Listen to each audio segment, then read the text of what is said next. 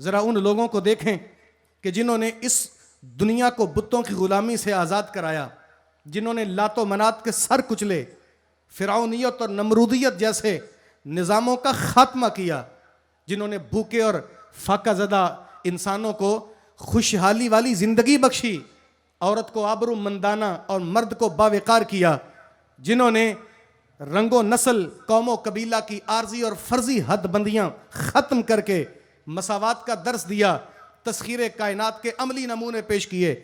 اور بھائی وہ ہماری طرح عمل کے چور اور سستی کا ڈھیر نہیں تھے۔ ذرا ان کے امیر کو اٹھا کے دیکھیں، قبا پر پیوند لگا ہے، بڑھاپے کی عمر میں وہ محنت مشقت کر کے خود بھی کھاتا ہے اور انسانیت کی خدمت بھی فی سبیل اللہ کرتا ہے۔ کبھی ان کا سپاہی اٹھا کے دیکھیں، وہ ذوق شہادت میں ساری زندگی پہاڑوں اور صحراؤں میں گزارتا ہے۔ اور میاں ان کے زاہد کو دیکھیں، رات کو مسلح پہ نظر آئے گا اور دن کو بدر و حنین کے مار کے گرم کرتا نظر آئے گا۔ آپ ان کے عالم کو اٹھا کے دیکھیں، بدن پہ تو خون رس رہا ہے لیکن زبان سے قرآن کی تلاوت نہیں چھوٹ پاتی۔ ان کا جوان دیکھیں، زبان پہ تو اللہ کا قرآن جاری ہے، ایڑیاں اٹھا اٹھا کے مقتل کی جستجو کرتا ہے۔ اور بھائی ان کی خواتین کو دیکھیں، احیاء دین کی خاطر زخمی ہونے والے مجاہدوں کو پانی پلانے میں مصروف ہیں۔ ایک ایک فرد اس معاشرے کا اللہ کی بارگاہ میں کہتا ہے انا صلاتی و نسکی و محیایا و مماتی للہ رب العالمین۔ اللہ میری زندگی کا مقصد تیرے دین کی سرفرازی، میں اسی لیے مسلمان، میں اسی لیے نمازی۔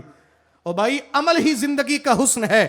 آج صدیاں بیت جانے کے بعد اگر ابو بکر صداقت کے تاجدار ہیں تو عمل کی وجہ سے۔ آج پوری دنیا کے اندر عدالت عمر بن خطاب پہ ناز کرتی ہے، میاں عمل کی وجہ سے۔ آج پیکر حیا و سخا جناب عثمان ذو النورین رضی اللہ تعالی عنہ پوری دنیا میں محبتوں کا نور بانٹتے ہیں تو بھائی عمل کی وجہ سے۔ مولا کائنات مولا علی کرم اللہ وجہہ الکریم آپ اگر ولایت کا مرکز ہیں تو بھائی عمل کی وجہ سے۔ صدیاں بیت جانے کے بعد آج تک پوری دنیا میں ہر مؤذن کی اذان میں اگر بلال حبشی کی یادیں زندہ ہیں تو بھائی عمل کی وجہ سے۔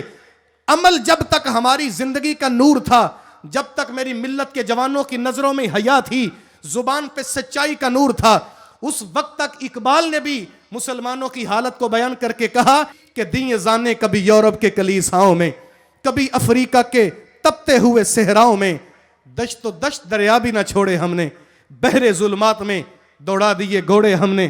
لیکن ایک وقت آیا جب مسلمانوں کی زبوں حالی اور کوتا عملی کو دیکھا تو اقبال کے قلم نے تڑپ کر پیغام دے کے امت مسلمہ سے کہا میاں عمل سے زندگی بنتی ہے، جنت بھی جہنم بھی یہ خاکی اپنی فطرت میں نہ نوری ہے نہ ناری ہے۔